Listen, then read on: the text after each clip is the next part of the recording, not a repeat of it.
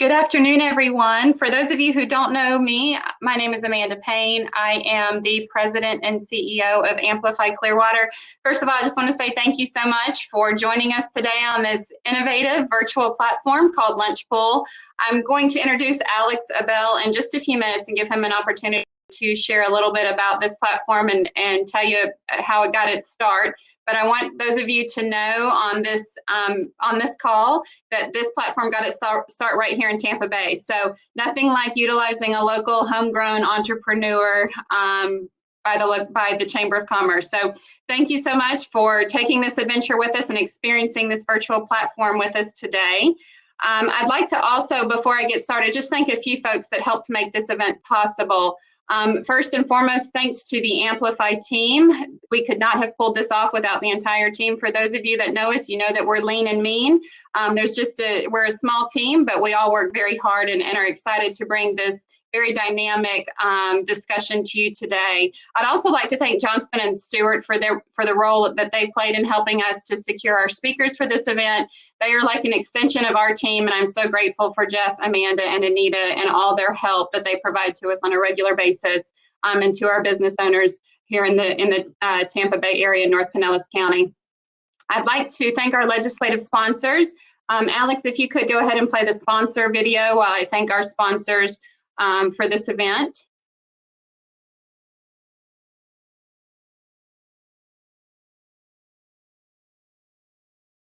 Thank you to Clearwater Gas, who is a legislative partner.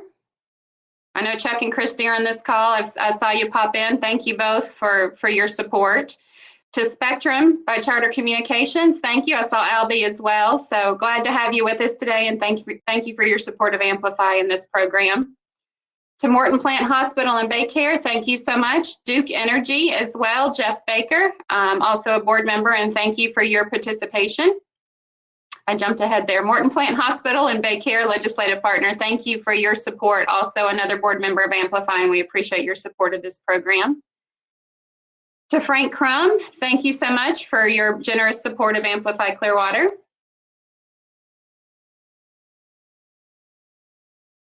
And last but not least, Habitat for Humanity of Pinellas and West Pasco counties. Mike, I saw you on the call, also another board member. So thank you so much for being with us today.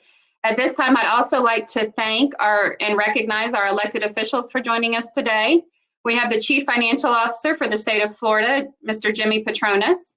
We have Speaker Designate Chris Sprouse, Senator Jeff Brandeis, Representative Ben Diamond, Representative Nick DeSegli, Representative James Grant, Representative Chris Litvala, Representative Newt Newton, Representative Jennifer Webb, Clearwater Mayor Frank Hibbard, Clearwater Vice Mayor Dave Albritton, Clearwater Council Member Kathleen Beckman, Clearwater Council Member Mark Bunker, and Clearwater Council Member Hoyt Hamilton. Thank you all for joining us today. We're honored to have your presence and for you to share in the experience with AMPLIFY Clearwater and our members.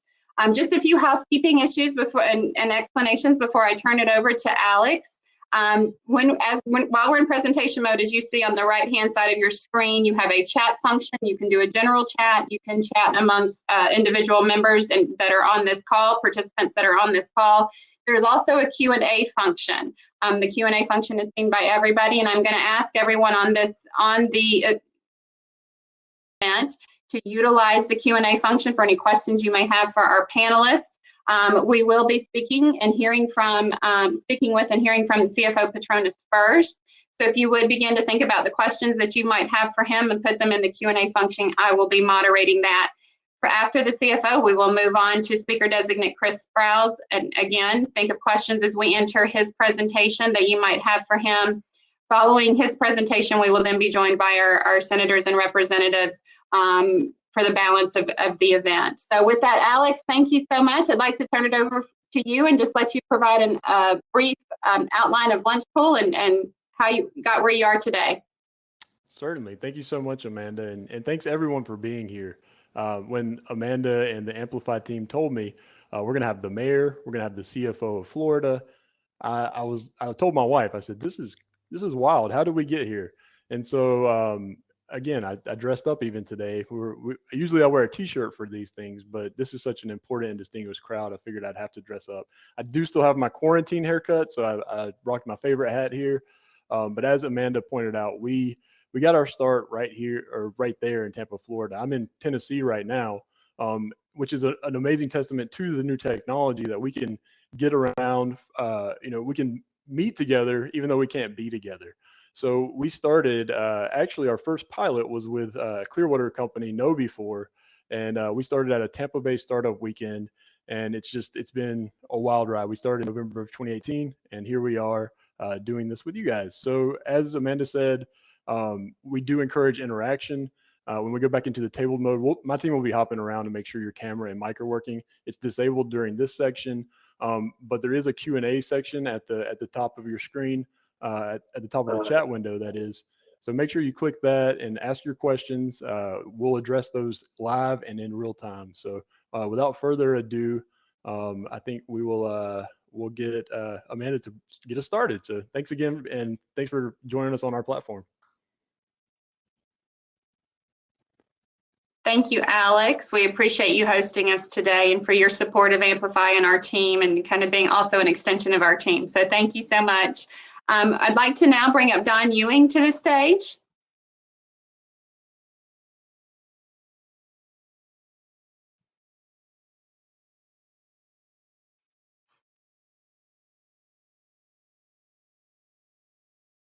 He's there. I was on earlier. I didn't have video on. Good morning. You are. There you go. How are you? Good morning. Thank you for joining us today. You look nice. Thank you. Yes, I got to dress up for these in-person events here. Very nice. Thank you for joining us. Well, you look good, you sound good, all things that are important going through this virtual experience. So absolutely. For those of you who aren't aware, Don Ewing is the chairman of Amplify Clearwater's Public Policy Committee and also serves as a board member for Amplify Clearwater. I'm very appreciative to Don and all his efforts. Certainly his longtime knowledge of Clearwater and certainly regional issues and as they relate to public policy. So it's been wonderful to learn from him and have him as a guiding force over the last several months. So Don, I'd like to turn it over to you now and let you tell us a little bit about the Public Policy Committee, their work, and then introduce our mayor for our invocation and pledge. Absolutely. Thank you very much, Amanda.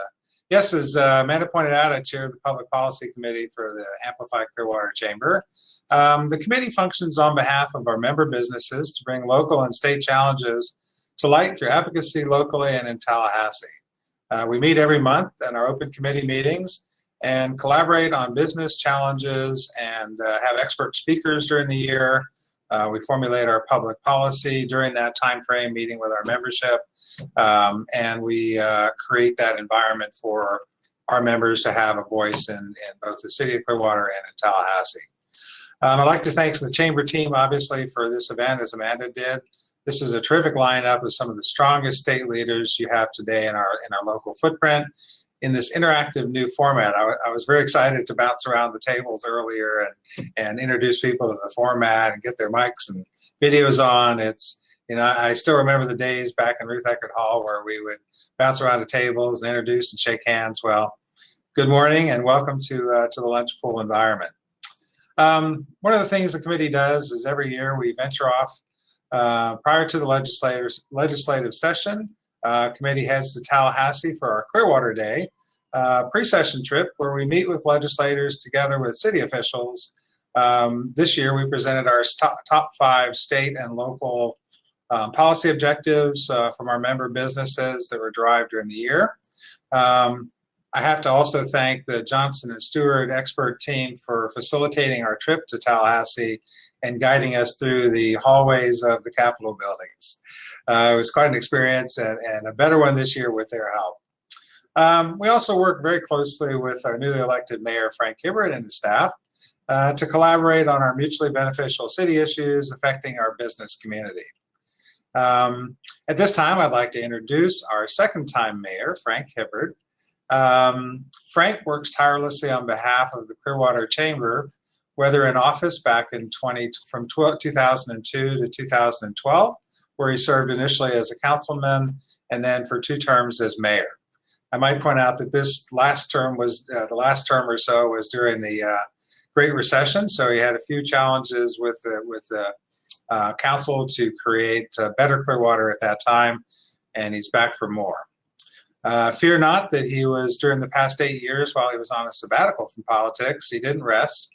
He was the chairman of the board at Ruth Eckerd Hall. He was vice chair of Clearwater Marine Aquarium, a board member at Homeless Empowerment Program, and a school board member at Calvary Christian College. Mayor Hibbard was awarded the Tampa Bay Partnerships Award for Regionalism twice, and the recipient of the Suncoast League of Cities Award, INSCO Award for Leadership. Frank is a graduate of Leadership Pinellas in '99 and Leadership Florida back in 2007. Frank and his wife Teresa helped elevate Clearwater businesses and residents to navigate the unclear future as Clearwater becomes more than the #1 beach in the country. At this time, please welcome our Mayor, Frank Hibbard, for the invocation and Pledge of Allegiance.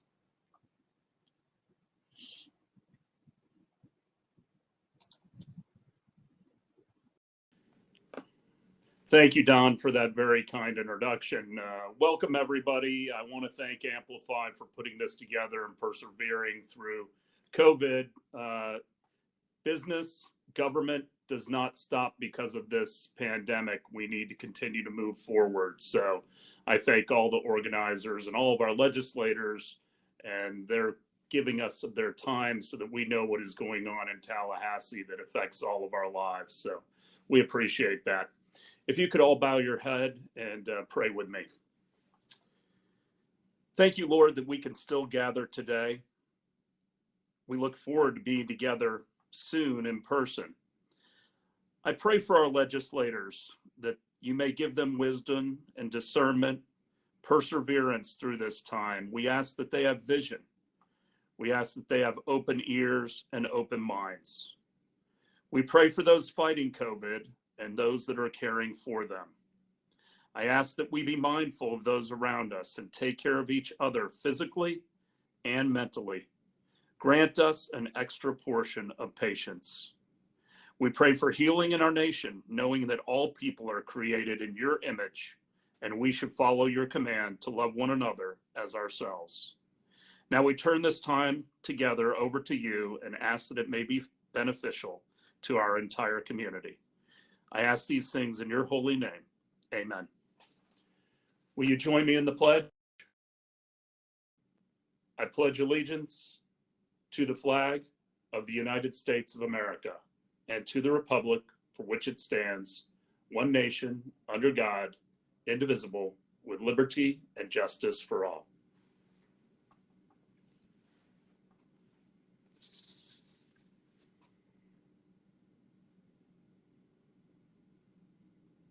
Thank you, Mayor. Thank you for that wonderful pledge and prayer for us today. And thank you for your kind words about Amplify. And thank you for your service. I know for you and Teresa and your family, public service is truly a service. So I want to thank you of giving of your time and your family's sacrifice in order for you to serve and give back to the citizens of Clearwater. So thank you for joining us today. We're happy to have you. Thank you, Amanda. At this time, Alex, I'd like to introduce Chuck Warrington. If we could ask Chuck to come to the stage.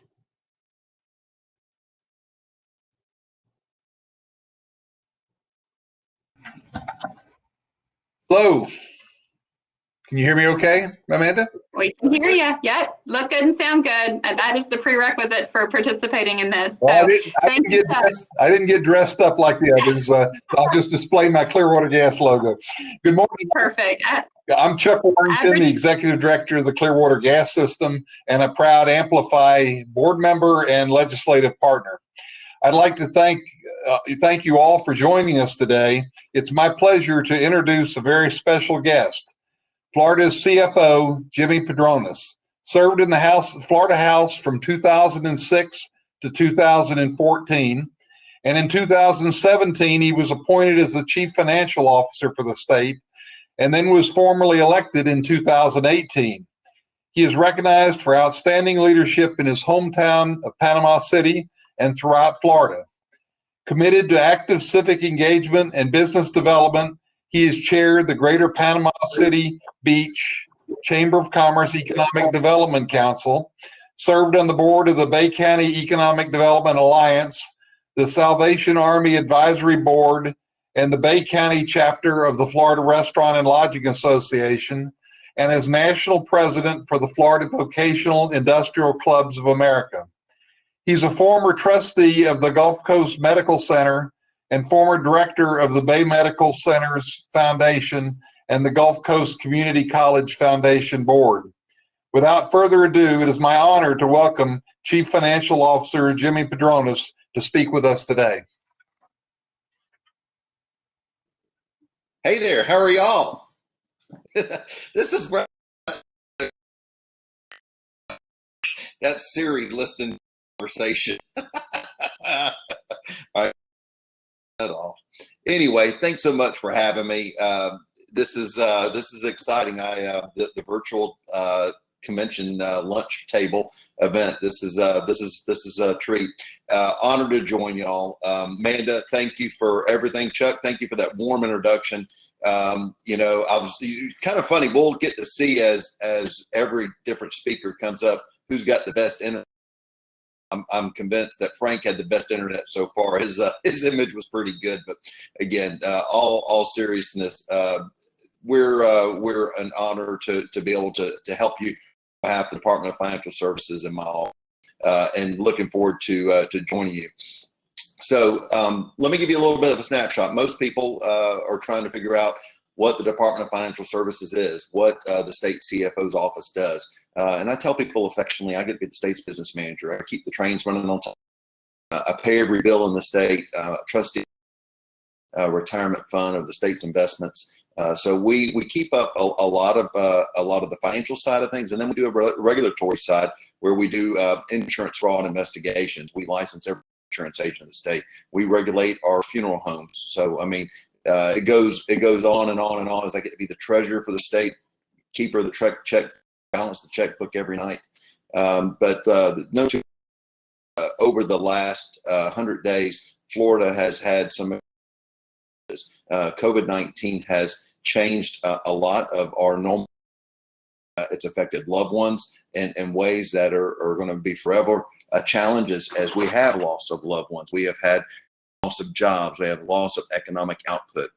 When you look at the state of Florida's dependence on tourism and the service, you know, over 77% comes from that sales tax revenue off of those entities. And I look at the backyard of Pinellas County and how critical tourism is to your market. In Northwest Florida, Panama City, as tourism comes to a halt in the state of Florida and hotels are not being filled, resorts aren't being filled, you know, restaurants then don't have diners, and that whole ripple compounding effect we have had ultimately to the state's revenues. A loss of revenues of $2 billion in the last 100 days and sales tax. And it's tough. It's tough, but look, you've got incredible legislative leadership. I'm a huge fan of Speaker Designate Chris Sprout. You know, there's a lot of things that people necessarily may not know about Chris, but one of the things I admire about Chris the most is his focus on family, small business, the challenges that people make in their backyards, and he takes those experiences back to Tallahassee with him, and he leads with them. He makes decisions with them. He sets policy by that. There's not a trip that I haven't met to his office that Shannon's not there with him, and I value that. I value that as somebody who is being real about the decisions that are going to affect everyday Floridians, because we're families, we're small businesses, we're retirees, we're entrepreneurs. So as you build that out, what Chris brings to the table, you know, you're incredibly fortunate to have him being your proxy as we move forward through the next 2 years of his leadership. You've got another guy there by the name of Jeff Brandis. Now he's a handful. Jeff and I had the honor of serving together in the House, and passionate about his principles, his issues. He goes all in, guns blazing, and he doesn't give 80%. He gives about 125% to every one of those issues. even if sometimes he may be the sole, advocate for him. He's a believer. He does his homework, and you know what? Independently thinking, but an asset to the debate, an asset to the policymaking process. I look forward to working with him over the next couple years, especially this coming year, as he has been such a leader when it comes to the concerns that small businesses have with COVID-19. We are in uncharted waters. We're dealing with an unseen enemy that we've never dealt with before. And there's going to be businesses out there that are going to do everything humanly possible. They're going to pass and follow CDC guidelines, Department of Health guidelines. They're going to do everything by the book. Just last week, I was out with my wife for her birthday. I decided to take her and do a little bit of shopping, and we had a store we wanted to go into. Well, before we could even enter that store, they had an individual up front, passing out masks, taking temperatures, and this is what the extremes that this store was going to in order to ensure that it was a safe environment for their employees and their customers. Now, again, and this was also a way to build consumer confidence. Is that going to extremes? I don't know, but it's definitely what they felt like they needed to do in order to ensure the customer was going to have a safe experience and keep the cash register ringing. So at the same time, you would think with a business going to that level of thoroughness, that they should be pretty much, probably immune to any type of litigation. This is a concern that I've got. As long as businesses are doing right by the safety of their citizens and their employees, we should be able to give them the peace of mind to move forward and keep people employed and keep this incredible economy running. You've got Nick DeSigli. Nick actually has the honor of having my aunt in his district. Nick, thank you for your leadership. And then in the greater Tampa Bay area, but honored to have him back in the Florida House. Chris Latvala, known him since he was a legislative assistant for your other great senator, and Ed Hooper. You've got so many great legislators. I guess you're getting Wingate Newton back, Jennifer Webb, and then you got Ben Diamond. So round out, you got a great delegation that comes up to Tallahassee. But, just as you said a few minutes ago about making the trip to Tallahassee during the legislative session, you've got to come up frequently. You've got to come up and advocate. You've got to make sure that we all are being held accountable as we are advocating for policies and principles that we intend to make a difference and a better in the state and your household and your business. You need to make sure that we're listening, and you need to make sure that we're active and pursuing those things that make your businesses more prosperous. To touch on a little bit what Amanda and I were talking about ahead of time is the liability issue. It's a big deal to me. The past 100 days has been extraordinary. The challenges our families, our businesses have been going through. And hopefully this year we'll see some movement on legislation that will give peace of mind to those small businesses that are doing everything they can to succeed. When the state of Florida, like I said, when the cash registers don't ring in our small businesses, which is the backbone of our state, when they don't have effective commerce, ultimately it affects the state's ability to do business. Thank goodness to, like I said, to the leadership of all those legislators that I mentioned. This past year, the legislature had over $2 billion in what's called our rainy day fund. This is unspent money. This is money that was not budgeted. So this is what we've been operating on. This has been a disaster. It's been a crisis. So this is the type of event that we plan for.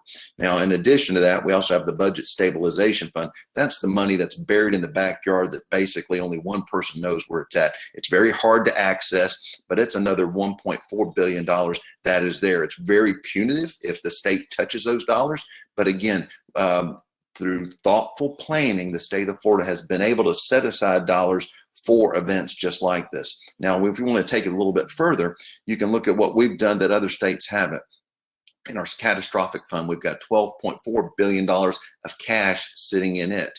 That's in addition to the bonding capabilities and other pre-event bonding that we do in order to ensure that the citizens of the state of Florida have, access to affordable insurance markets. But, nevertheless, we still have to be vigilant. We have to fight. We have to make sure that we're doing everything possible to get insurance rates affordable for our businesses to grow without the fear of litigation or challenges. We need a balance. You need to be able to have access to good counsel, but you can't allow the scoundrels that are out there that take advantage of our citizens at their worst times during time of natural disaster to exploit them and take advantage of their claims process that ultimately causes more harm to them and the ability to have affordable access to insurance. So what I like to try to do is kind of wrap it up. Let's see if there's any opportunities I can have for some questions. But this has been exciting to be able to join you today. And again, you have got an amazing legislative delegation that will be coming forward, to Tallahassee. They'll be very active as they're paying attention. The governor is sitting on the budget right now. I don't envy what he's doing, but the governor's had a full plate. He's at a full plate trying to navigate the COVID-19 world we're in.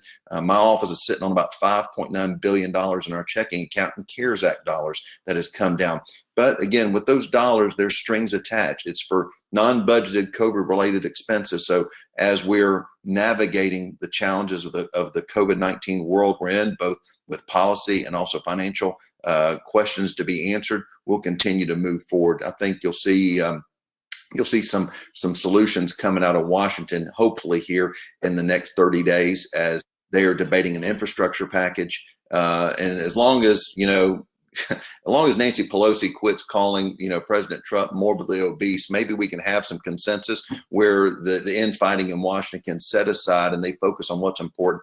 And that's the citizens of Pinellas County, of Bay County, of Duval County, of, every great county that we have in the state as we challenge to deal with getting our lives back to normal. Amanda, this was a treat. I look forward to participation for your guests. And again, thank you all for sending such an amazing delegation to Tallahassee every year. Thank you, CFO Petronis, and thank you for speaking to us today and spending your time with us. We're deeply appreciative of both your efforts on behalf of just not all of our members and our businesses, but certainly statewide. And as similar sentiments as I said to the mayor, thank you to your family for sacrificing and allowing you to serve and participate on our behalf the way that you do. So I have a question for you, and we have several coming up in the Q&A, so thank you for those that are asking questions. But I have a question. This might be a little more personal in nature. You are to take it kind of away from your CFO role, you're also a small business owner. You operate a restaurant.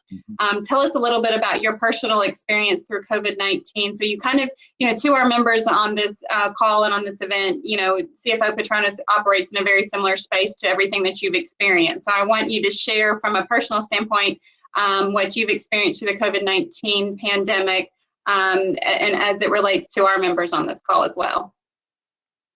Sure. So look, the restaurant business is a very rewarding one. It's also a very stressful one, as you're getting up every single day in order to prepare meals, to take care of customers. But at the same time, how intoxicating is it that individuals will come and want to dine at your restaurant, want to celebrate their most important days, whether it be anniversaries, engagements, birthdays. So again, where we cater to the tourism market here in Northwest Florida and in Panama City Beach, this is what my family's done for the last 53 years. For the last 30 of it, I was in the restaurant business before having the honor to be your CFO. But it is what it is. It's a service business. I can't divorce myself from what I've done for the last 30 years, and that's taking care of the customer. This is something that we all relate to as small businesses, as you know, that if you don't take care of the customer, somebody else will. But what we're seeing now, as we're seeing in restaurants, we're seeing it in car dealerships. There's a pivot that we need to get consumer confidence back in place. We've got to make sure that the customer is safe and feels comfortable doing business in the public again. As car dealers have gone out and they're promoting and advertising contactless delivery, sales online. I was talking to a friend of mine, happened to be female, and her comment was, I hate walking on car dealership lots. And she goes, now I'm excited about buying a car because now everything on the internet and they'll just drop at my house. So I mean, there's going to be some developments in how sales move forward in some of these did at one time, they were going to be changed forever. Who'd ever thought that we would be having a virtual Chamber of Commerce meeting with 100 people online, and everybody would be able to engage whomever they want to, as technology brings out the innovation that we've seen. But businesses are definitely at varying degrees stepping up to build back that relationship with their consumer, to get them back out, to know that it's okay. But at the same time, consumers are also taking it forward, where if you're Tampa Bay market, the mayor's wanting to go mandatory mask across the board. The governor has been pretty sensitive to allowing where we have seen a spike in COVID activity to be empowered at the local level, because you don't necessarily see that type of spike in every county in the state. And it's a delicate balance that trying to deal with allowing where the transient traffic comes into those markets that could create an influx and spike of COVID-19. Let them take the measures in order to ensure safety, but at the same time allowing the state's economy, which is so important, to keep moving, to move forward in a safe manner. Thank you for that. And you might be aware that Pinellas County, I'm actually sure you're aware that the Pinellas County Commission voted last night to make masks mandatory throughout Pinellas County starting next Wednesday. So we had several of our municipalities. St. Pete certainly took on that initiative last week. We know Hillsborough and Tampa has done that as well. And the Pinellas County Commission voted and took that up yesterday and voted in favor of making mask mandatory. And we are one of those more transient communities, right? I mean, as soon as we began to reopen, we saw people flood, come back to our beaches. They just wanted the sunshine and the sand and the water. And, that's what we offer. That's part of what makes being in Clearwater so attractive to so many that are here and choose to make North Pinellas their home. So thank you so much for sharing your experience as a restaurateur. I know many on this call can find that relatable. Certainly, you touched on liability issues. I want to thank you for championing that alongside of our legislators. That's certainly of concern to our members. Would you have any suggestions or guidelines for those on this call, as far as you mentioned the store you went in doing their absolute best to be protective of both their patrons and their employees? Is there any particular guidelines or any best practices that you might like to share with us that you could see as being kind of across the board adaptable for our businesses? So what we've been doing on our website, myfloridacfo.com, we've got a COVID-19 link where latest developments, practices, policies that we are intercepting, we're getting those out. A few things I would recommend. We're in a environment right now where we're spending more eyeball time on screens. Fraud has changed. Fraudsters have had to find a new way in order to connect with people. So I would warn you, the emails that you get, if it sounds too good to be true, they usually are. Your financial institutions will not contact you directly to tell you that you have to log in. A way of doing business, and this is so important that we don't allow the scoundrels out there that are taking advantage of our seniors, of our businesses, of our individuals, as some of them are sheltered in place. Uncle, 92 years old, his wife has a padlock on the fronts of their house, and they don't even want the UPS dropping off a package at the door. So different people are taking different extraordinary measures to ensure that, because they're concerned about their own vulnerabilities and their health. So again, the fraudsters out there are not stopping. They're continuing to try to do this. I had a Zoom call yesterday with a South Florida Chamber of Commerce, and the Zoom call was bombed with a lot of things that were inappropriate. But this is the world we're living in right now. So again, err on the side of caution. If it sounds too good to be true, it's going to be too good to be true. Don't be taken advantage of. And lastly, as a little bit of a good. I'm remiss if I don't plug our fltreasurehunt.gov. That is our own unclaimed property website. You should check it out. We gave out in the month of April $25 million. Hillary Holly's on the line with us today. Also, Hillary is my program manager for the Tampa Bay area. She's amazing, very effective. I encourage you to use her like a rental car. Make sure she does anything and everything you need to do on behalf of your small business, and we want to be an asset and a resource to you. And if you find something on our fltreasurehunt.com website, your name, your business, what have you, Hillary will help you navigate that in order to make sure we reunite you with what is in our vault. Thanks so much. Thank you, CFO Petronis. We appreciate you being with us today. I will echo your sentiments on Hillary as well. She's an absolute delight. So I've enjoyed getting to know her and having her plugged into the chamber. So thank you so much for having her as a resource in our area. We appreciate you joining us today. Thank you so much for your time. And we hope to see you soon. Please let us know if there's anything we can do to support you. Thanks so much. Thanks for joining us. Thank you so much. I hope you all enjoyed. Please continue to use the Q&A function. I will kind of field them as we go through, just for, some of the questions I will change and make them, adaptable to the conversation. I will also probably hold some of them maybe for legislators or those that they're more relevant towards. So please continue to utilize the Q&A function, and we'll leave those questions up there so I can ask those for others that might be presenting as well. So thank you again to the CFO, to your team. Thank you so much for joining us. We appreciate you being with us today. At this point, I'd like to introduce Albie Kaminsky. Albie is a Senior Manager of Government Affairs in Florida with Spectrum.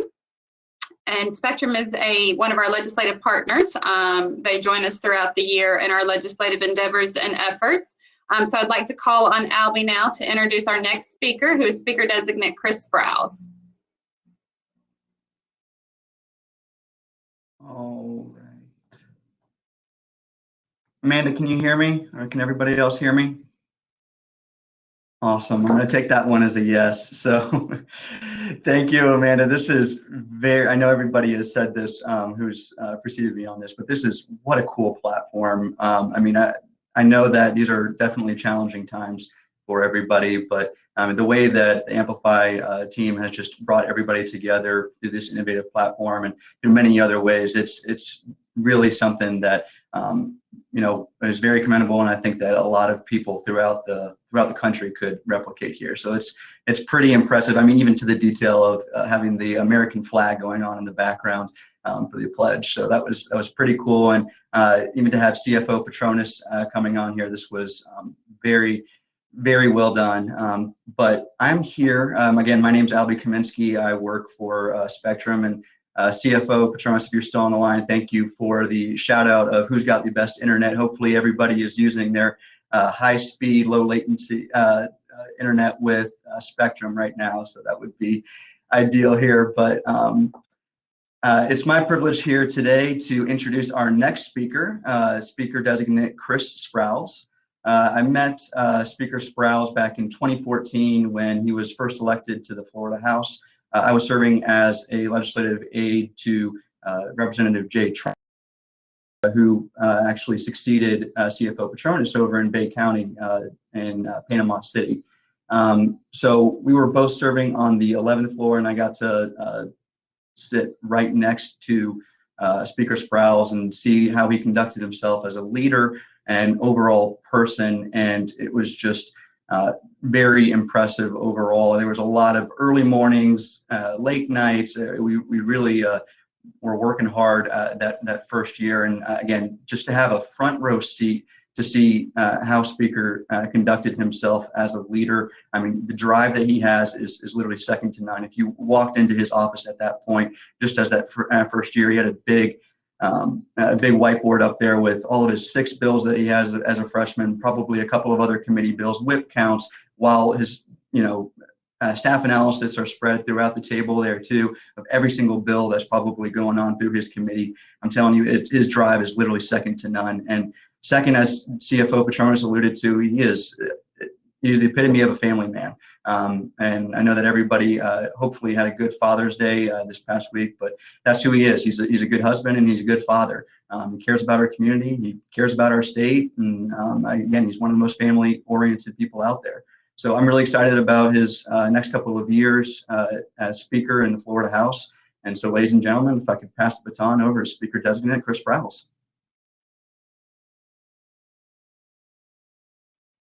Hey, Albie, thank you all, and it's great to be with you, Albie. Thanks for that kind introduction. Albie's right. When I was a freshman House member with Representative Latvala and Representative Trumbull from the Panhandle, we were up on I think it was the 11th floor, Albie, and Albie took great care of us as we were trying to figure out the legislative process in our first couple of sessions, and has done a great job. And Albie from our friends in the Panhandle and bring him down to Tampa Bay to be with Spectrum. So we're great to have him.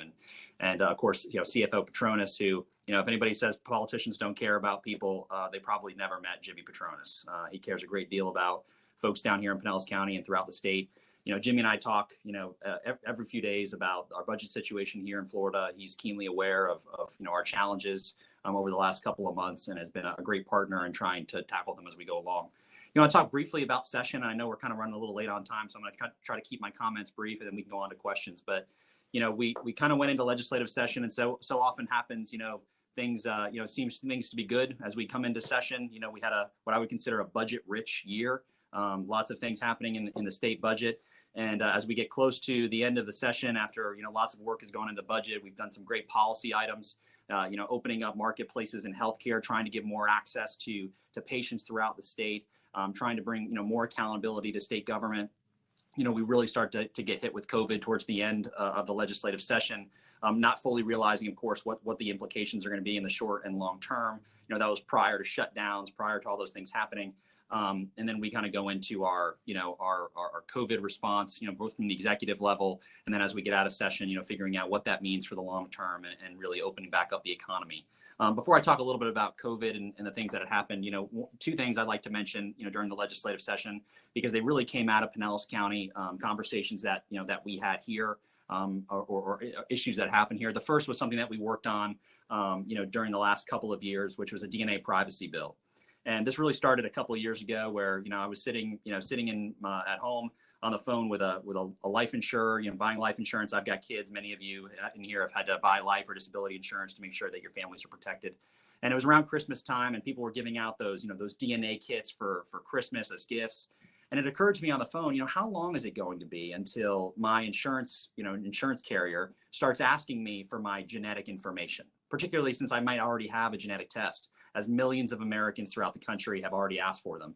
So we really went on and we looked at it and we realized that there was a massive federal loophole that while your health insurers can't ask for your genetic information, it is wide open for a life or disability insurer to do that. So I got with our CFO Petronas and members of the legislature, including the ones who are here with us today in our delegation. And we went on a crusade to make sure that we would be the first state in America to pass a bill to protect people's genetic information, to protect their genetic privacy. I mean, the genetic code, our genetic information, our genetic code is the new wave of privacy in the United States. And we passed that bill, and if signed by the governor, it's been sent to the governor, it'll be the first thing like it in America, and we'll have protections for people in the country. And the second thing really came out of, working with our partners, particularly at All Children's Hospital, about patient culture surveys. The idea being is that when we go buy a car, we know everything there is to know about that car. We know about the J.D. Power and Associates. We know we can go to websites and check out, does it hold its value? Is it safe? What are the airbags like? But we know very little when we go to a hospital about the quality of care that we're going to get. And basically what the bill calls for is for a series of questions to be asked of people who work at a hospital. So for example, a nurse who works in a cardiac ward. Would you recommend that a patient or a family member have a cardiac surgery here at this hospital? What are the answers? Because we have studies that show that it's a great snapshot of quality. But as Floridians, maybe many of us in this room, we know hospital CEOs, we might know nurses or doctors. We have somebody we can call, but a lot of people don't have that. So we worked on that for several years, and that's finally passed. Is also being sent to the governor, so we're optimistic about that. I want to talk about COVID. We got into the COVID response. I think the governor's office did a great job, particularly in the nursing homes and the ALFs, of trying to contain and get testing kits and maintain the breakouts there. They also went into obviously a series of executive orders that shut down the state for periods of time, shut down business for a period of time, and you've seen that begin to reopen. One of the governor's plans there was to put together a task force, which he did. I was on the task force. Senate President Designate Simpson was on it from Pasco County, and tried to come up with a plan on how do we begin to reopen the state. And you've seen that plan kind of be phased in over the last several months. And as you all know, there's significant challenges that still exist, with COVID, and is being monitored, on a daily basis. I've been on the phone, for several hours, thanks to, Corcoran and Johnson, Johnson and Stewart, who were on the call, who helped us set up a call with the infectious disease experts at Johns Hopkins in Baltimore, Spent a lot of time talking to them about what are the questions that we know the answer to on COVID, and what are the questions that, unfortunately, we're not going to know the answer to for the foreseeable future, like when we'll get a vaccine. So, that's been very helpful in planning that reopening as well, and we continue to monitor it. I would praise people like Jared Moskowitz and Governor DeSantis, who, really went out and stocked up on masks, stocked up on ventilators, had 25,000 to 35,000, hospital beds ready at any given moment to amp up if need be. But as you know, that those challenges continue to be an issue in our state and are being monitored. One of the probably the worst things that happened during the course of COVID was our unemployment, which, I think the governor had called it a jalopy of a system. I think that's true. It broke down on Floridians, and that was a significant challenge. I think as you look now, you've seen, millions of people, or, millions and billions of dollars have been paid out, but continues to be a problem in a plague system. The House, the Florida House, on a variety of issues, has kind of been an agent of accountability, and we're going to find out what happened, why it happened, and who's at fault. That's something that's a responsibility of the legislature, and we look forward to doing. I want to give you some good news, and then we'll go into questions. I think the good news is this: we have significant challenges on COVID. We had significant challenges on the employment system. We're going to have significant financial challenges. As we were coming out of the legislative session, we saw the gas tax was the first thing to drop off before the sales tax, right? Businesses were still open, but clearly people were making a decision not to drive, not to leave their house as much. And you saw the gas tax. And then, of course, as you can imagine, with the closures of businesses throughout the state, Disney's, Universal's, your small businesses, the sales tax has taken a significant hit, and which will create significant financial challenges for us, in the months and years to come. I think the upside for us as Floridians is that as we come into this pandemic, we are a top 5 business climate. We're, the top investor in transportation and infrastructure. We have a AAA bond rating. We have billions of dollars, aside in reserves. So when you look at the fiscal health of states throughout the country, Florida is at the top of those states when it comes to fiscal health. And what I believe, and what I think the CFO Petronas believes, and probably some of our legislative delegation members, is that we will recover financially from this pandemic quicker than a lot of our counterparts throughout the country as a result of that. We also have the benefit that when people finally do get to the point throughout the country where they get to take a vacation, I don't think they're going to come out of it and say, let's go to Michigan. I think they're going to say, let's come to Clearwater Beach, let's go to Florida, let's go to a place where there's sunshine, and certainly we're a destination for that. So I do believe that we're going to come out of this quicker than ever. I also believe that there are going to be innovations that come, whether it's something like this platform that we've never used before, but now we're in a situation to use, or innovations throughout K-12 in the private marketplace, in the public sphere and government, that will come out of this, that will make us, better in the future. So with that, I'll kick it over to questions, and I appreciate you all, being here.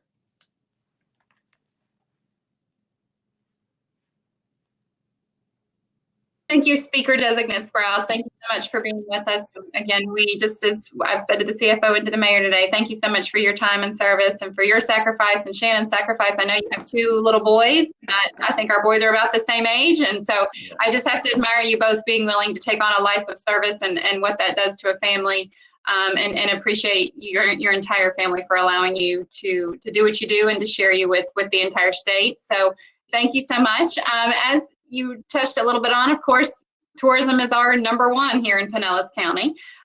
We certainly hope that and believe the same way that you do, that we will bounce back sooner than maybe other parts of the country will, and other parts of the world. As it relates to Visit Florida funding Enterprise Florida funding, where do you see those 2 organizations and funding moving for them going forward over the next few years?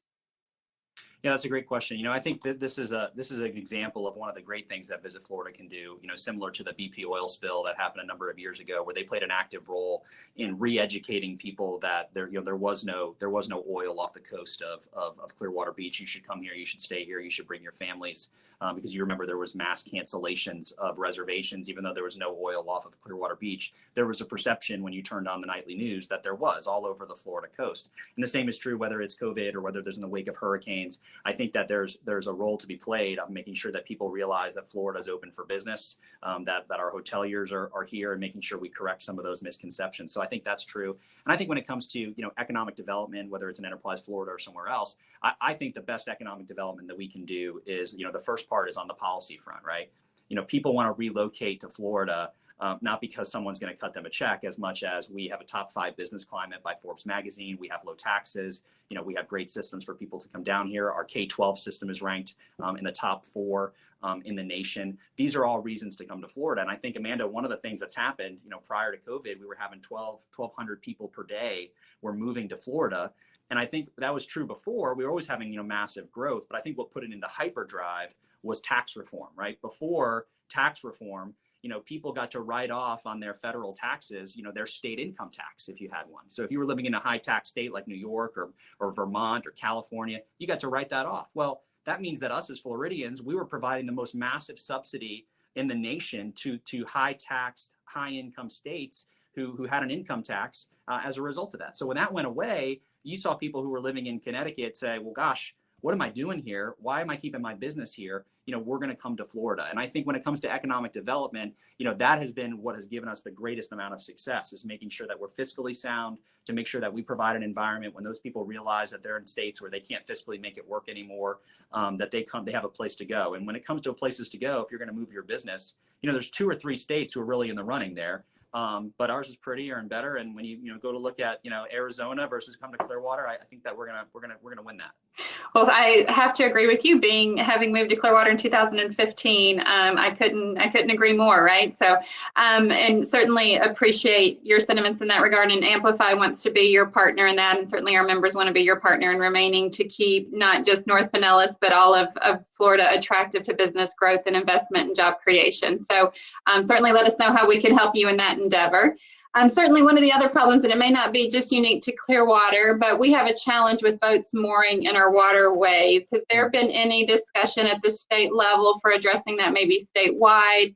That they don't have effective mooring anchors and they tend to move around in high winds, causing damage to private properties. Has that been something that you've discussed at the state level?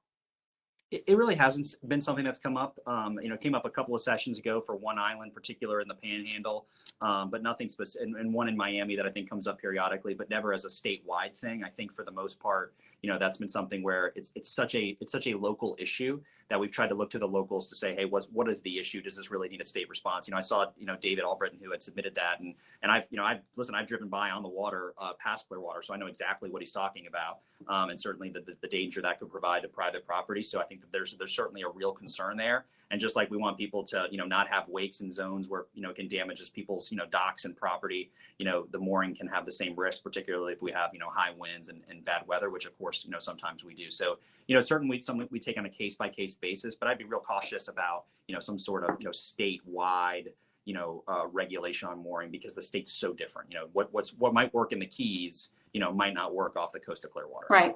Keeping it local, can support and endorse that. You might be able to see these other 2 questions here, but I'll go ahead and read them off to you. Is there going to be any new regulations to protect our data similar to GDPR? Yeah, listen, I'm all for protecting data. I think Senator Brandis is on here too. I know that he cares a great deal about that as well. I think when it comes to our healthcare data too, I think one of the things that we've worked on, and I think Representative Grant's on here, and he's been a real champion in this space, is our healthcare data is ours, right?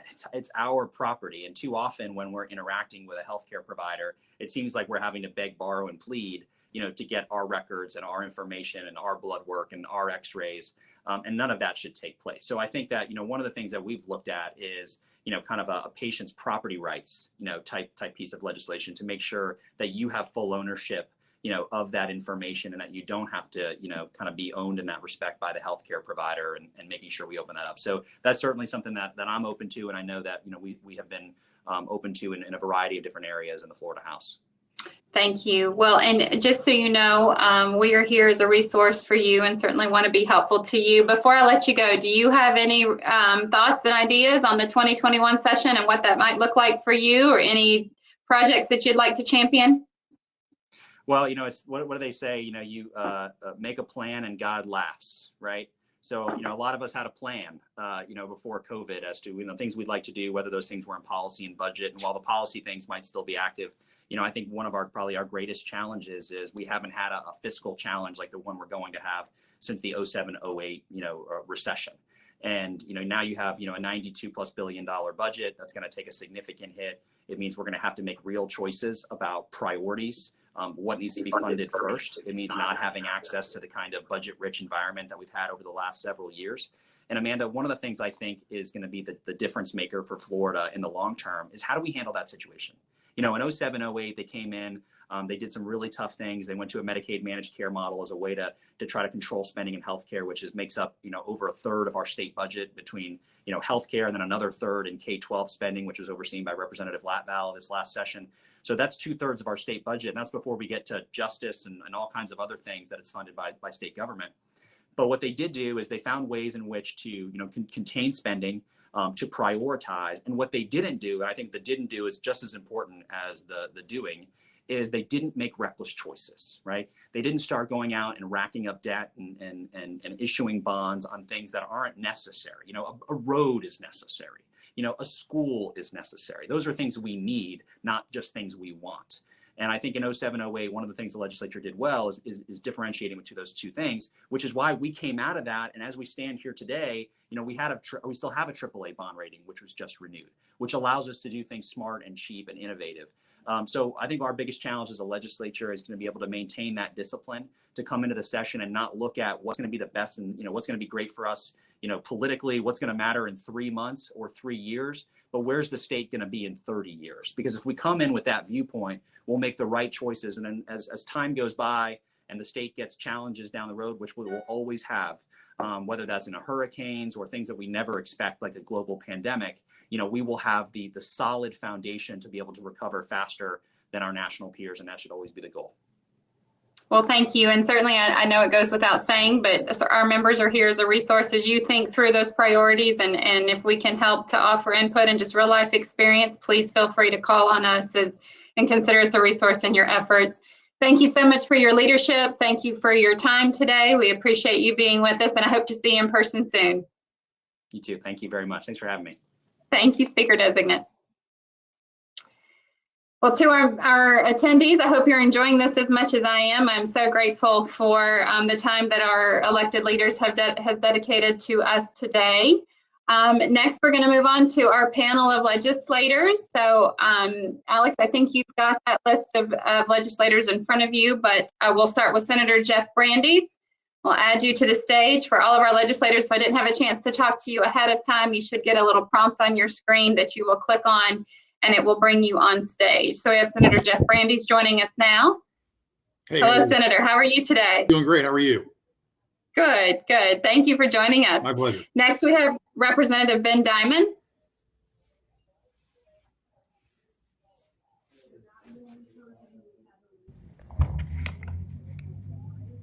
Morning.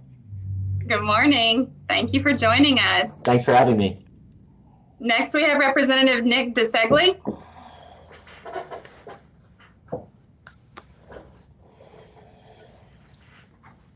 Good morning, Representative. Thank you for being here. Thank you for having me. Next, we have Representative, I know that we had some challenges with Representative Jamie Grant. I'm not sure if he had some scheduling challenges, so we will move on to Representative Chris Latvala.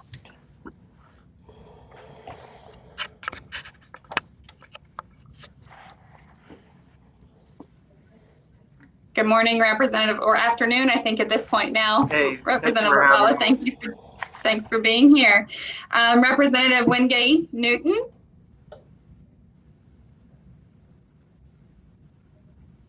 Good morning or good afternoon. Hello. Am I muted? Oh yeah, good afternoon. Nope, you're good. We can hear you. Thank you for joining us this afternoon. I'm going to continue to say this morning. My brain needs to adjust. Representative Jennifer Webb. Let's see if we can fit one more person on screen here. There we go. Good afternoon, everyone. Good afternoon. Thank you for joining us. Thank you all for joining us. I'm so grateful to see you, see your faces. Thank you for participating in this event with us. I hope you've enjoyed this platform. As Speaker Designate Sprouse pointed out, it is one of those creations, right, that emerged from, I think Alex and his team picked up a little more business than they anticipated, a little faster than they anticipated. So certainly one of those businesses and entrepreneur type of innovations that we look for and that we're excited about, and excited that it started right here in Tampa Bay. So I hope you've all enjoyed it as much as we have and as much as we do. To our legislators, I'll start with you, Senator Brandeis. I'm going to give each of you just a couple of minutes to tell us a little bit about your background and what those issues are. After Senator Brandeis, we'll move on to Representative Ben Diamond and kind of work our way around from there. So, Senator Brandeis. Perfect. Well, I think you've kind of heard a lot about what the state is focused on currently. I'm going to talk a little bit about the future, what I think a kind of handful of big ideas that are coming up in a variety of different spaces. And it's one of the areas that I have some concerns out that we're going to have to address over the next couple of years. So if you think about the world of transportation, the world is getting more shared, it's getting more electric, and it's getting more automated. We see these things playing out over over a very large scale. The biggest shift you and I will see over the next decade is really the shift towards electrification. The state has done some work on that this year in planning for a more electric future in the transportation space.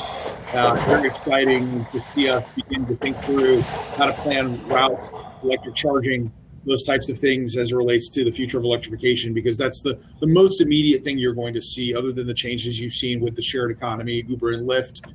Clearly, COVID has had an impact in how we live day to day. We're seeing a lot more delivery of products and services, specifically, with Shipt or Instacart, those types of services. Those things aren't going away post-COVID. People have now adapted their lifestyle around those technologies. So I think we need to be thinking and be thoughtful about going forward, how we adjust as a state to encourage those or to adapt towards those.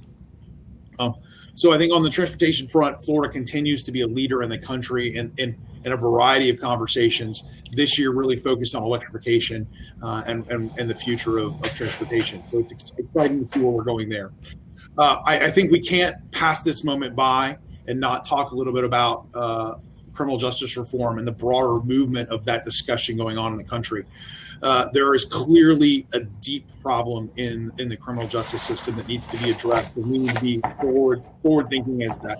The great thing is many other states have adjusted their criminal justice system. Florida needs to begin to now look at its criminal justice system in a deeper way and begin to use some of the data-driven results we've seen in other states. We don't have to be the tip of the spear in criminal justice reform. We can follow what we've seen play out in other states and begin to utilize their best practices and bring those to Florida. Florida incarcerates almost 100,000 people every year in our prison system.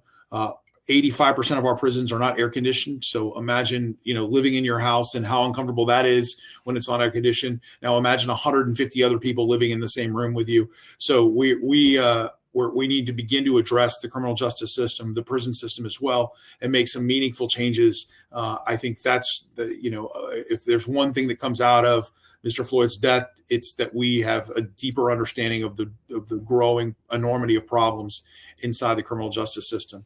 So we're going to continue to focus on that. The third and the major area of concern that I have right now, and I think you're going to begin to feel it in a much more palpable way over the next 6 months, is the growing pressure on insurance in the state of Florida, specifically property and casualty insurance. You heard the CFO talk a little bit about liability insurance, and we've drafted a piece of legislation to try to provide some liability protection for businesses that are complying with the guidelines as it relates to COVID-related issues. We think it's already an issue we're beginning to see. I've talked to homeowners associations that are refusing to open their pools because their directors and officers in liability insurance will not cover it. All of the new reinsurance treaties that have come out have basically an exemption for any type of COVID or pandemic-related event. So your underlying property insurers are going to be giving you new forms, new forms that reflect that they're just not going to insure your property for COVID-related issues, especially homeowners insurance. But I would imagine that will matriculate into business insurance as well. And that's causing a ripple effect, because businesses now are faced with this catch-22. Do I open myself up to exposure on the insurance front for COVID, or do I keep my business closed, keep my employees laid off, and try to sustain this for God knows how long? And so they're really struggling with both of those positions. Because God forbid somebody leave a salt shaker on the table, somebody touches it, they get COVID, they can trace that back to that business. And now all of a sudden they're facing a lawsuit for those types of activities. So it's really a challenging environment for the business community. I'm a small business owner as well, completely understand the challenges businesses are facing and the heightened the heightened issues going on there. But the big challenge in property insurance is that you're going to see this year with reinsurance pricing specifically, the reinsurance costs have gone up by about 20 to 40% for underlying homeowners property insurance. What this means to you is about half of that will be passed along in rate. So you can expect, as I have received, my property insurance went up 26% this year. I think you're going to see that begin to hit Floridians pretty hard, probably in the September, October timeframe, as the renewals start coming in and the price increases start really taking a hit. And frankly, we're just not prepared. When you tell somebody who's a senior or on fixed income or a young family that you're going to have to pay between $500 and $700 more, and that's on the low end or kind of on the average, but potentially much more than that for property insurance in a given year, you're for the exact same or less coverage, you're going to see a visceral reaction. And I think that will flow to the legislators that are going to be charged to doing something on this. Frankly, I'll tell you, I think that the legislature, not the House so much, but the Senate has been really a hindrance to us making some really needed improvements in the property insurance market. If you think about the one thing that is the Achilles heel of the Florida real estate market, it is the ability to buy insurance at a reasonable price. And that's something that I think the legislature is going to have to address, both on the predominantly on the homeowner side, but ultimately on the business side as well. Wonderful. Thank you, Senator. Thank you for those insights and updates. Representative Chris Latvala, would you take it away next for us? Sure. Thank you very much for having me. My name is Chris Latvala. I'm honored to serve House District 67, which is the Clearwater and Largo area. I currently serve as the subcommittee chair for the Education Pre-K through 12 Appropriations Committee in the House. So I'm charged with the big chunk of the budget. And this year, one of the main things that we tried to accomplish was a pay raise for teachers. We settled on a $500 million pay raise that made it into the final budget that is sitting on the governor's desk. So we are waiting to see what he does with the budget in the next week or so. So education issues is something that I've been busy with the last couple of years, as well as child welfare issues, and most importantly, a bill called Jordan's Law that many members of the delegation have helped with. That was a bill that we filed as a result of the tragic death of Jordan Bellavo in Largo, as well as other children in the Tampa Bay area. And what that bill does is it gives a notification system for law enforcement officers when they come in contact with somebody who is subject to a child protective investigation, which was important in baby Jordan's death. It also makes Florida the first state in the country to have brain injury training for child welfare workers and others on how to detect a possible brain injury in a child under the age of 6 years old. And it also sets up a pilot program to bring in more caseworkers for these vulnerable children into circuits like ours in the Tampa Bay area to lessen the caseload. And so I've been busy with a lot of issues affecting our children the last couple of years. Looking forward, as was mentioned previous, I think a lot of the focus will be on the economic impact on COVID-19 and how we deal with that as a legislature. Wonderful. Thank you, Representative Latvala, and thank you for being with us today. Representative Nick DeSegli, thank you so much for joining us. We appreciate you being here as well. Would you like to provide us with an update of what you've been working on and what's important to you? I sure would. I really appreciate the opportunity for being here. It's great to see so many familiar faces. And, it's been, yesterday I did a legislative kind of wrap up via Facebook, and it seemed like, the legislative session happened years ago, with COVID and all the last 3 months of the challenges that we've been dealing with within our own families, within our businesses. And yeah, we've got some challenges moving forward.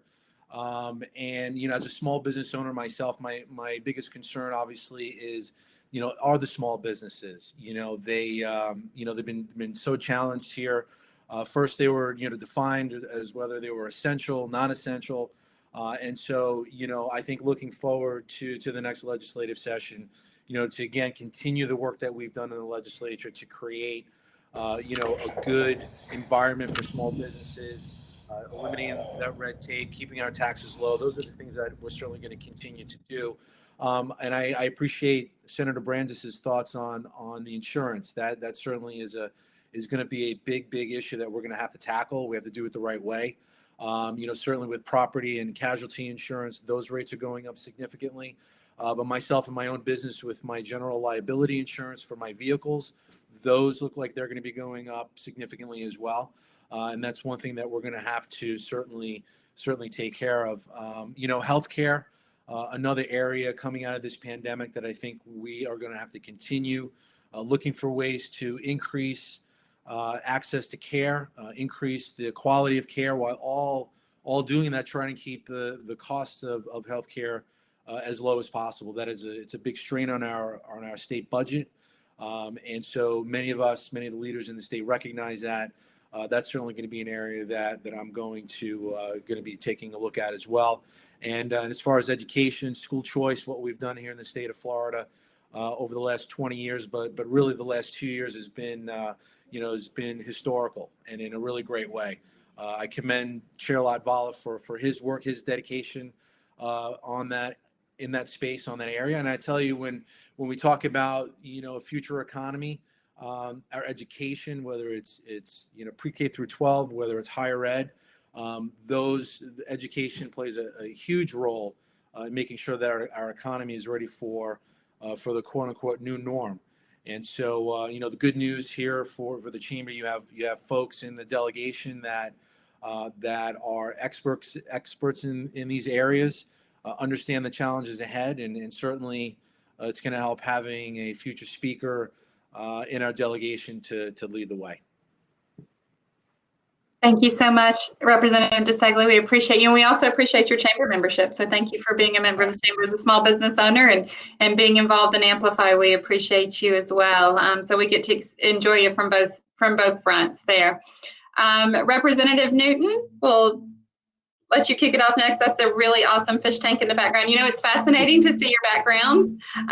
That was one of our conversations with Lunchpool, is if we could all have virtual backgrounds. And right now we get to see everybody's personalities in their backgrounds. So I am fascinated by your fish tank. Thank you. And I want to thank Amplify and all the members for giving us this opportunity to update you. We had a good session. I'm going to read off the highlights of some of the stuff we were able to accomplish. I don't know how much is going to make it into the final budget that's on the governor's desk, because we have yet to see the veto list yet.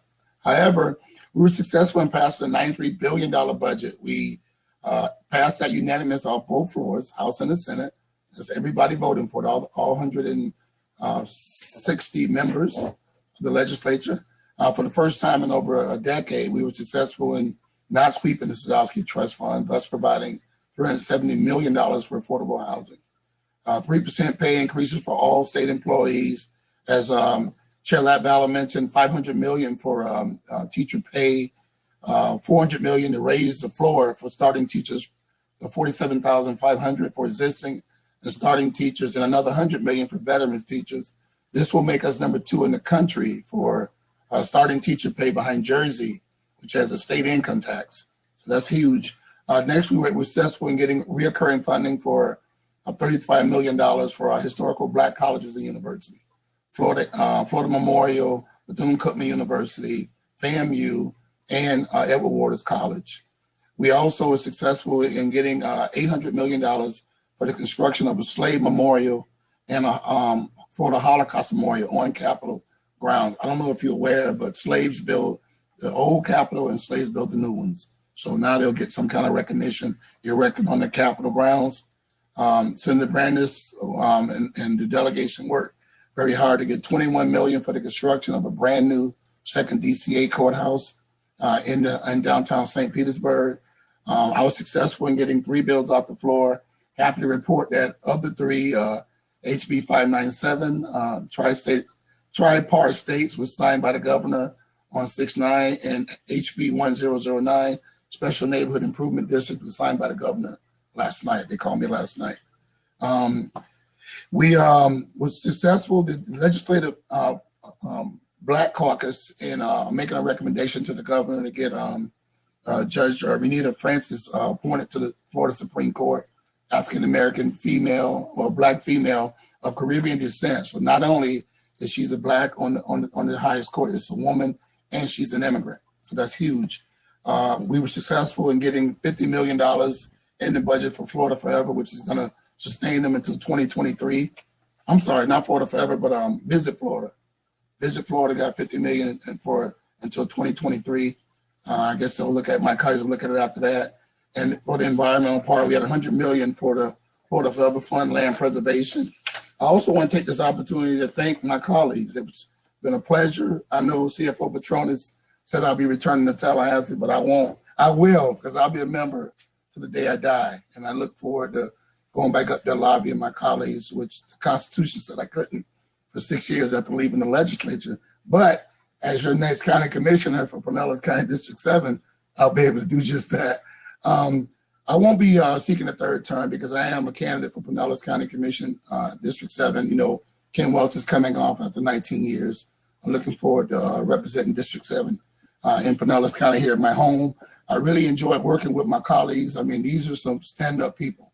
I'm going to miss the camaraderie in the committees and the members lounge and all the events we attend. And what I can tell you about these individuals, anybody can complain about what's going on, but it takes a hard and true and dedicated person to offer themselves up to make a difference. We can agree to disagree without being disagreeable, but we always are looking out for the people. I don't care what anybody said about any of us. We looking out, in the end of the day, what's best for our constituents and the people we represent. Party aside, we get that done. Everybody on this screen gets that done because it's going to take all of us to do just that. Senator Brand has touched on this, but I want to leave my members with it. The Black lives do matter. As we go forward, I hope that they would understand that it's not African American, it's Black, because you got Haitian you got Haitian Blacks, you got Jamaican Blacks, you got Caribbean Blacks, you got Bahamian Blacks. So if you call one of them individuals an African, then you're insulting them. And also, I was born in Midtown South St. Petersburg, the most impoverished area in all of Pinellas County. I've never been to Africa.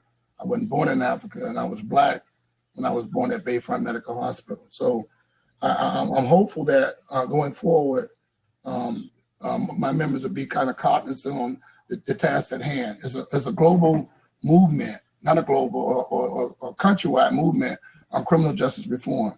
Senator Brandis has been a champion, and I followed him down the barrel of Buchanan. We went over to Nashville for panels. We did all kinds of stuff, and it's amazing to see the cost savings that we will have and enacting some of these criminal justice reform. I was very happy that Speaker D.D. Renner got into the criminal justice reform budget the opportunity for people that are doing time, if they learn a trade and get certified, we can get them a license so they can get out and start working instead of going to sit in front of a boy band and not get admitted into this group because they got a scarlet letter, which is a felony on their record.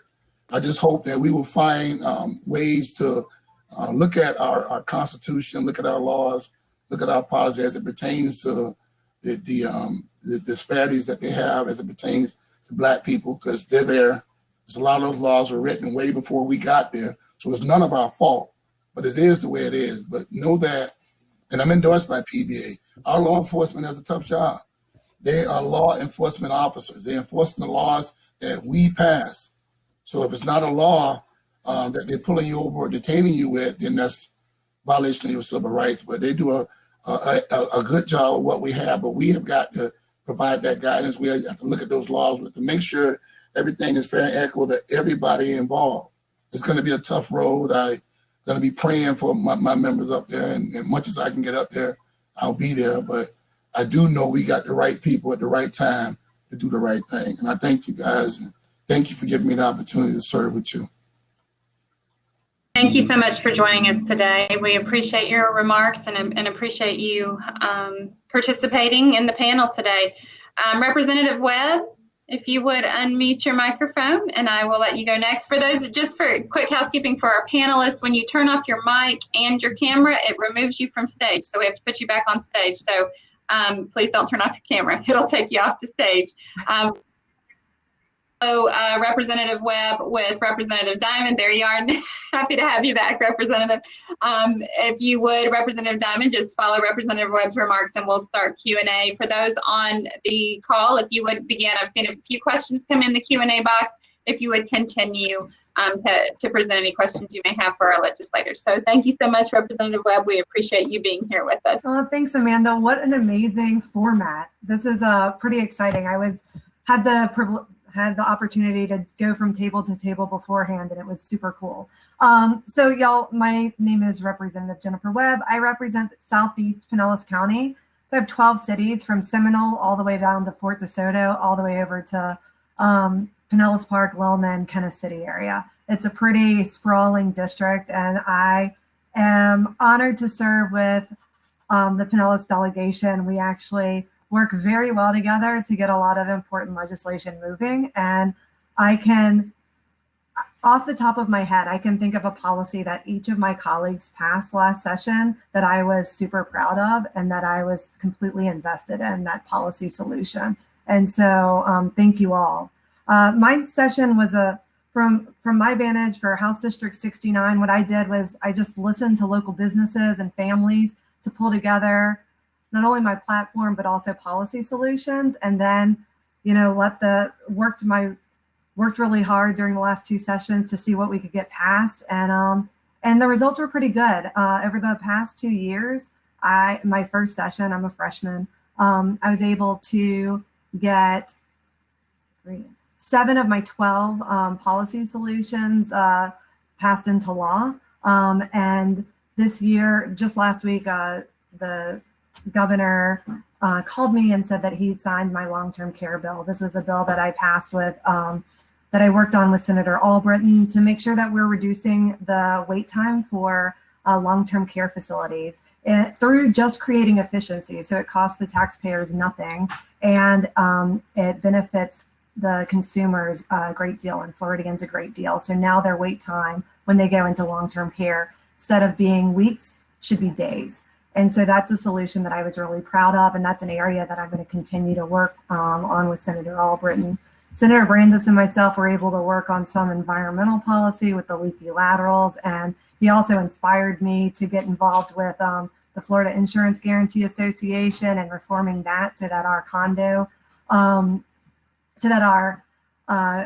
dwellers have the same, are covered at the same rate and or have the same kind of assurance that our homeowners have if their private insurer ends up going under because we have, you know, an active season or something like that. And so that'll create peace of mind for our condo owners. I was also able to work with our sheriff and the Speaker D to get some Juvenile Baker Act reform done. And this basically, the newspaper Tampa Bay Times has shown how we Baker Act a great number of kids from our public school system, and that's not the best first intervention for mental health. And so we worked to make sure that there was a bunch of processes between, hey, this kid is demonstrating some problems, to let's Baker Act this child, or let's call law enforcement, because law enforcement is actually the one that initiates the Baker Act. And so those are some bills that passed this year. I was able to bring home knock on wood, and I don't even want to say it out loud. So I'll just say that I was able to bring home a good deal of money for my district for infrastructure projects and for inclusive classrooms by helping Park to expand their classroom settings. And we'll see, you know, we haven't gotten the veto list from the governor yet, but right now that did pass the House, and I'm proud of that. Going forward, I think that Senator Brandes was correct. We're really gonna need a concerted effort to focus on on insurance. Also, the unemployment insurance system, I think we're gonna have to look at moving forward. Healthcare, especially now that folks are out of work, and so many people do get their health insurance through their workplace. We're gonna have to see what that looks like and how we can help people during this healthcare crisis. And I am just I'm privileged to have served. Somebody asked about voting ordinances. I picked up the baton where that Representative Diamond passed me in terms of working through an ordinance that would basically get out nearly derelict votes. And we were able, I worked on that this year with Senator Roussan, and we were able to pull in the voters, the League of Cities, the FWC, and other stakeholders. Oh, the House State Affairs Committee, Chair Angolio, to really format a policy that could be rolled out statewide that wouldn't, that was endorsed, like I said, by the League of Cities and by our voters and by FWC. Unfortunately, the clock ran out on this policy, but we're going to see that again this coming year, either as a standalone bill or as part of a larger FWC package. So I'm looking forward to being engaged with that, because, especially since most of my district is the coast, and this is a big issue, and it's something that it could cost homeowners and people just tons of money when those boats go down, take out their docks, go down right off their property, and it's also an environmental hazard. So those are things that I'll be working on, and I'm happy to be here and sharing the stage with my colleagues. Thanks. Thank you so much, Representative Webb.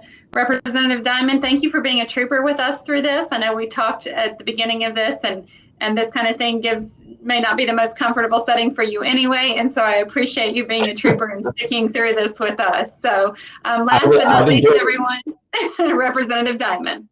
Yeah, thanks, Amanda. No, it's been great just for the opportunity to see my friends again. And I share all the sentiments that everybody has expressed in terms of what just a real privilege it has been to be a part of this delegation from Pinellas County. So my name is Ben Diamond. I represent House District 68, which includes downtown St. Pete, Northeast St. Pete, and Pinellas Park. And just very briefly, I mean, I think I'll just focus my comments on the crisis, the two major crises that we're dealing with simultaneously, the COVID crisis and the economic crisis. They're both very, very significant, obviously, and we all recognize that. And I think the people in this delegation are all committed to try to find real solutions. Unfortunately, we're seeing the numbers trending in the wrong way. I just was looking, not while any of you were talking, but before this call, at the numbers, and there was a new record of 5.5 thousand cases released by the Department of Health today. The numbers in Pinellas County are moving in the wrong way, and so I think we have to, take this very seriously. Not be sending mixed messages, not be political about it, but just deal with it as we're trying to deal with it, and take the appropriate steps to keep our families safe, to keep our community safe, and try to take this out of that sort of political realm of you wear a mask, I don't wear a mask, you watch Fox News, I watch MSNBC. I mean, this is more like we're facing a very significant emergency that we need to address. We're also facing a significant challenge, as our speaker designate said, with regard to the fiscal and economic impact of this crisis. I'm privileged to serve on the House Appropriations Committee. We have a new fiscal year starting July 1. We don't know yet what that budget will look like. It's in the governor's hands. we wrote that budget based upon a revenue projection that was made last fall. Obviously, the revenue projection that we based that budget on is totally outdated and out the window. I have been calling for a new revenue estimating conference since this first started back in March. My business has gotten some new revenue projections. I think all businesses are sort of regrouping in here. So far, the State Revenue Estimating Conference hasn't met. The initial discussion I got from them was, well, we need a month of data in order to meet. Now they're basically taking the position we need 3 months of data in order to meet. But I think what it means is that we're going to get into the next fiscal year and apparently get maybe a quarter or 2 quarters into the next fiscal year, and then maybe have to go back in to make adjustments to the current year budget.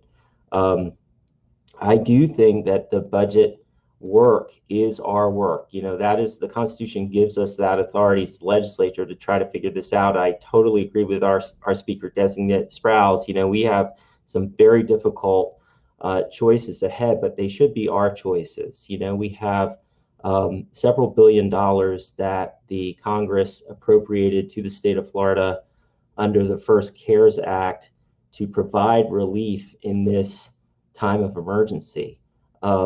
The appropriation of that money is a legislative prerogative under our state constitution.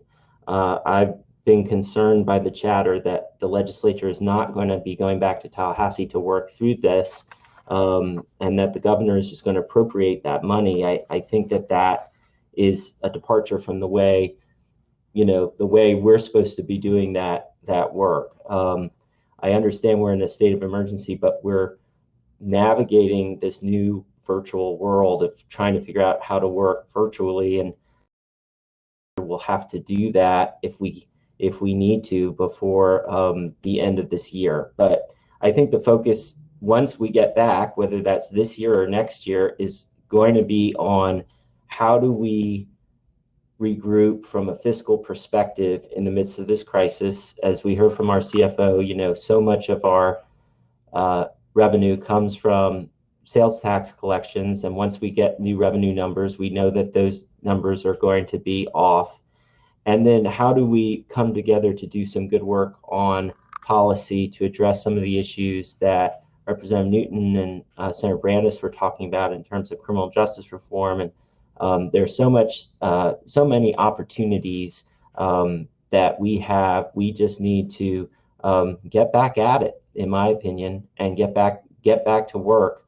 The people are counting on us to try to, you know, address these issues, and we're all eager to get going with it. So thanks, Amanda. Thank you, Representative Diamond, and thank you all. Thank you for your service, your time, your dedication to this community, to your constituents, and to the state of Florida. Representative LaValla, I think I'll start this question, probably lead it your direction. If the others would like to chime in, just please feel free to do so. There's a question regarding per student spending in Florida. Are there any efforts to increase Florida's per student spending, as we currently rank in the bottom 5 for the nation?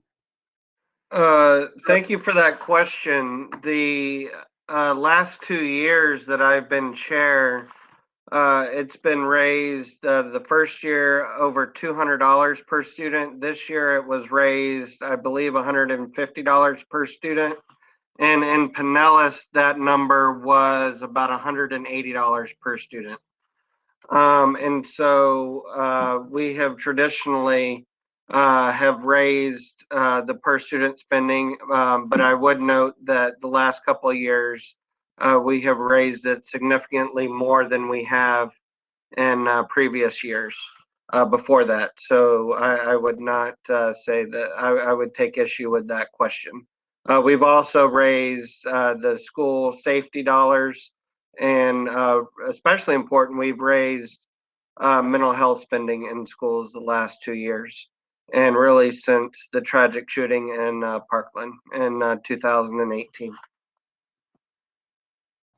Thank you for that response. Would anybody else like to answer, to weigh in on that one? Kind of along that same line, Representative Newton, did Unmute. I'll chime in. What you might not know is some of I got to call them the implicit bias policies set forth by these school boards is like having a bucket with a hole in it. And I'll show you what I'm talking about. In Pinellas County, we had 182 kids that were committed to juvenile programs. We had 47 of them, I think, that were adjudicated as adults. So if you take that, and that's approximately 230 students. You take 230 students times $7,800. That's a 1.7 million leaving that, because the general fund says once a student is committed to a commitment program, the general fund is to transfer the money from the last school district in which the child attended into the Department of Juvenile Justice. So they got policies in place that's bleeding them dry that they need to look at, because what happens is most of those arrests that you see, those kids that get sent to commitment programs are Black kids, 60 to 70%. And that is not Tallahassee. Those are policies set forth by those school boards. We have a code of conduct book that every school district has, and that's a discipline for the school district. But when a Black kid gets in a fight down in South St. Pete, he gets to ride to juvie jail. But if you get a white kid up in North County or Palm Harbor University, he gets a detention. Those are implicit bias policies set forth by these school districts. And it's not just Pinellas. You can look through each one of them. I can send you an ACLU report that shows you their policies and how much it costs. And I just divided $200, as Chairman Sprouse talked about, into 1.7 million. Now it's about 8,500. So it's about 8,500 students you could have touched. So I'm just saying, it's money all around us. This is the new normal. We have got to look forward to finding out things that are detrimental to what we're doing. We talked about criminal justice reform. Reducing the mandatory minimum from 85% to 65% is going to save $800 million to put back into that system, to put air conditioning in some of those correctional facilities. We got money all around us. We just got to be mindful of that and be, don't worry about who gets the glory. God be the glory, as long as we get it done. So all I'm saying is, it's easy to point fingers, but when you point one, 3, 4 more pointing back at you. There's policies that they have in place that they put in place, not us. They did, because with the home rule, and what it's doing is bleeding them dry. So you can throw all the money you want at it. If you got policies that are like having a bucket with a hole in it, you're never gonna have enough money. I'm not saying this is where it needs to be, but they do need to look at what they're currently doing and what they have in place that's hurting them. And I know this, and this is their data. So that's what we're dealing with. Thank you, Representative Newton, for those remarks and for sharing your sentiments with the crowd. Along, you mentioned this new normal that we're all living in, right? And along those same lines, is there, and related to education specifically, educating in the time of COVID-19 and in the pandemic, we watched both our private and public school systems try to scale quickly to allow for e-learning options. Tell me about flexibility and thoughts around e-learning as we go into the fall, flexibility in relation to spending, curriculum delivery, that type of thing. Certainly from a membership standpoint from Amplify Clearwater, making sure that that talent pipeline is prepared and ready to enter those businesses as they, we just got an announcement on our screen there, as they, that our education system is preparing them for the jobs of the future, so to speak, and really developing that talent pipeline. Talk to us about, education as it relates to how it may look going forward. We recognize that it might change and be delivered in a different manner. Well, I represent 4 counties and 4 different school districts: Manatee, Hillsborough, Pinellas, and Sarasota. And what they're doing is, I'm happy to know that they're purchasing laptops for all the 9th to 10th graders that they can use in school and at home. Also, a survey has been done. A lot of these parents have been forced to be teachers because those kids are at home. So a lot of them are electing to not have those kids return. They want to continue homeschooling them or using the virtual. So this is the new normal. We can't go back to the way it was, but we have got to be able to support them by whatever means to make sure they have proper education. I'll leave it there. Anyone else like to take that question? Sure, especially as it relates to career and technical education. Some courses you can't put online, or you can't do it easily. And And so I know that our school system, and I speak with Dr. Grego on a pretty regular basis, they are creating very innovative ways of reaching kids in their homes and making sure that there isn't the learning loss that I think many educators fear. But certain things, you know, I mean, in a year, I don't know, it seems like for the past 3 years, we've really been pushing career and technical education, maybe 4 years. And we've made strides in this area. That was one piece of legislation that I worked on my first term. And those are really hands-on. I mean, the reason why those are hands-on learning opportunities, and kids who thrive in those programs and apprenticeship programs are kids who are hands-on learners. And so I think that we're going to have to see some creative ways of protecting students and teachers, and like through PPE or other cleaning habits, so that they can get back in the shop, so that they can go back to their ironworkers apprenticeship program. And also so that we can expand these programs. I mean, now an economic downturn is a great time to retool. And, you know, and we have a dearth of workers in the building trades, and these are jobs where people can make really good money. That we're pulling people into those industries, and so that we can hold on to our own businesses. I mean, I can't tell you how many manufacturers, how many other specialized trades are saying we just can't find the workforce. And of course, some of their demand has dropped, and so it's relieved that press to find a qualified workforce. However, now's the time that we need to be retooling and really focusing and retraining our workforce so that we can be the place to go at the outset when this epidemic is resolving itself. And now's the time to do that. And I'm 100% committed to efforts to make that happen, because one, we need people making living wages for their family and enough to provide for their family and having the dignity of work. And two, our economy can't afford to lose variation and the jobs that we have here and in the industry that we have here. Thank you, Representative Webb. I appreciate that and couldn't agree with you more.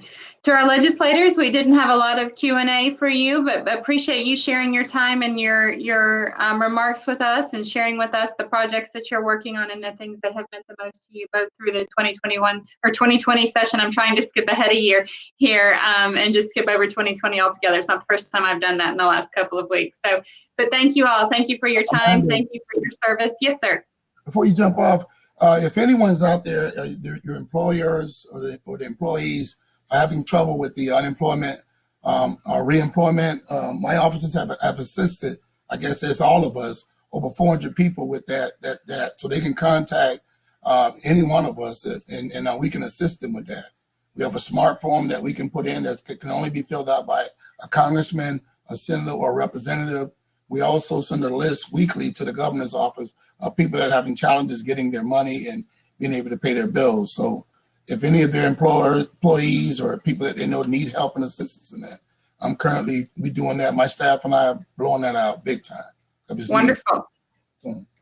Thank you for that. I'm sure that, you know, we've had certainly challenges with folks that have worked for our employers that have found themselves in need of assistance, and they've turned to the chamber. So I'd be happy to utilize all of you in that regard and give them a point of reference that where they can get some assistance. So thank you all very much. And thank you, Representative Newton, for sharing that.